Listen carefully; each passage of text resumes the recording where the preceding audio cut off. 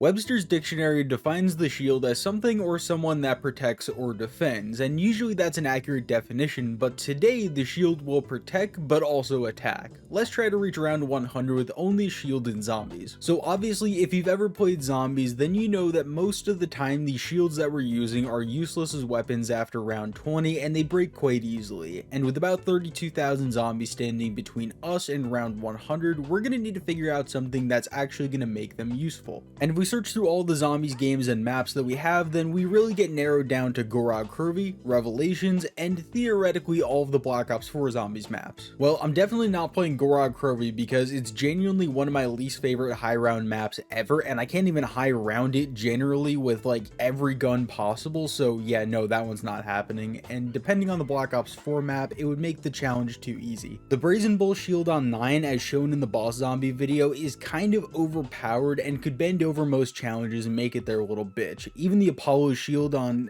Ancient Evil would just make the challenge way too easy in my opinion. That really leaves us with Revelations, which is usually thought of as the easiest zombies map of all time, but I promise you that this is actually way harder and more tedious than you would ever expect. By the way, while you're here, you should leave your challenge suggestions in the comments because I always pull ideas from there for videos, and if we could reach 2,000 likes, that would be awesome. Also, we're close to 115,000 subs, and you should really just help Luke reach that funny zombies number. Yeah, like and comment, subscribe, yeah, thing. That was really cringe, but let's begin anyway. I decided to play normally for the first few rounds while getting the shield pieces as quickly as possible. So by round 5, I was able to head into Nocturne and Toten and build the shield before we even bought Quick Revive. And from here on out, that is the only thing that I will be using throughout the entire game. And now here's why this specific shield is so good and why we're actually playing on Revelations. The Dragon Shield from Gorod Krovi and Revelations has a shield blast that is a one-shot kill to zombies forever. But here's where the big downside comes in. It only has 3 charges to use at any time. The only way to get more charges for your shield is to either get a new one entirely, which gives you 3 new charges,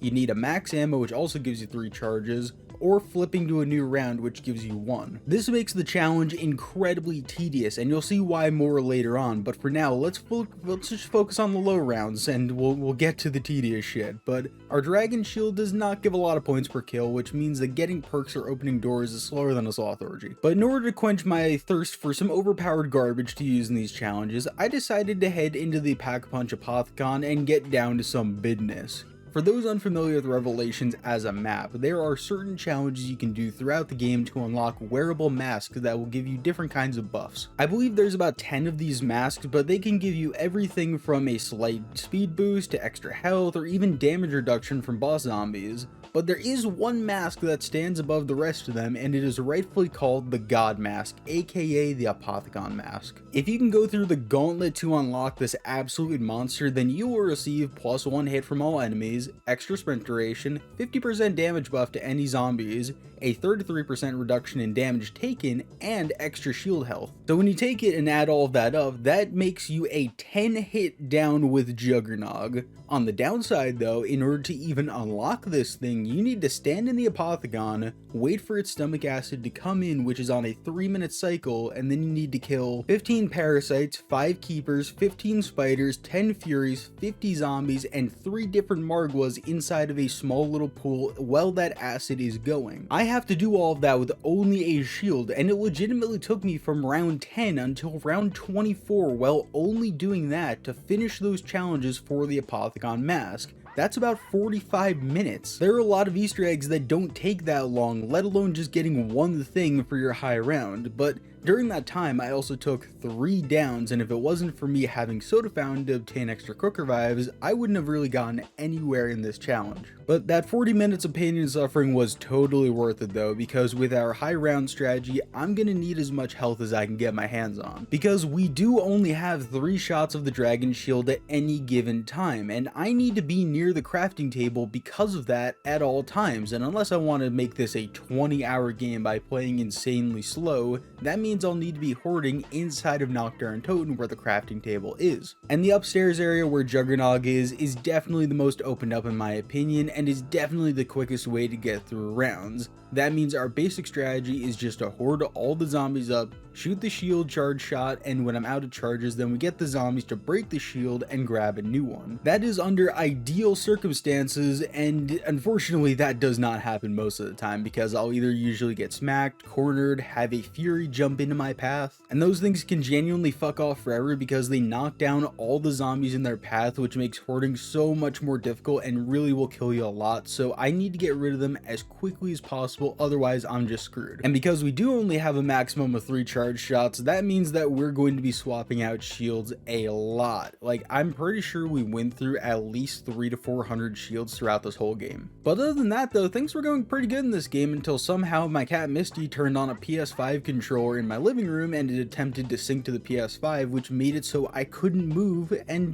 I had to die. Neither me or my girlfriend realized what was happening until it was too late, and it just blows my mind how somehow my cat kills me in every single video. It really is just a curse at this point. But that's not where things end though, because I started up a new game and it went by a little bit better this time. We were getting through rounds slowly but surely.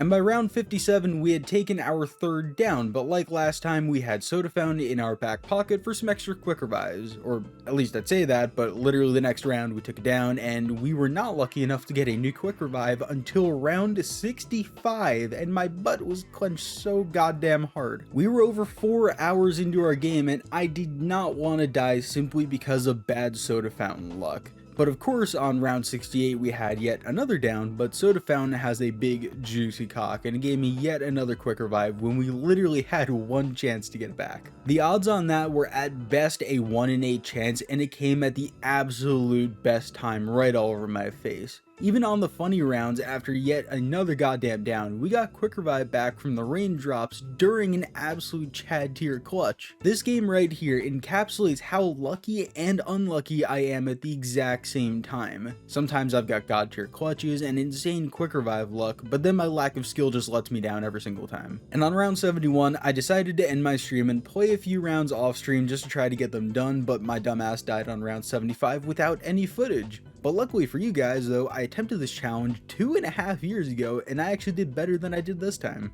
In that game, I reached round 86 with only a shield and a less powerful mask, which I gotta say is pretty solid on my part. I set out to beat that this time around, but I'm 23 years old now and my skills must be diminishing in my old age. By the time the next Treyarch games roll around, I'm just gonna be sitting here just babbling on and not even gonna be able to get past round 5. Either way, this was a really hard but fun challenge, and considering my 86 game took 9 hours of playtime, I assume that 100 would have probably taken about 15.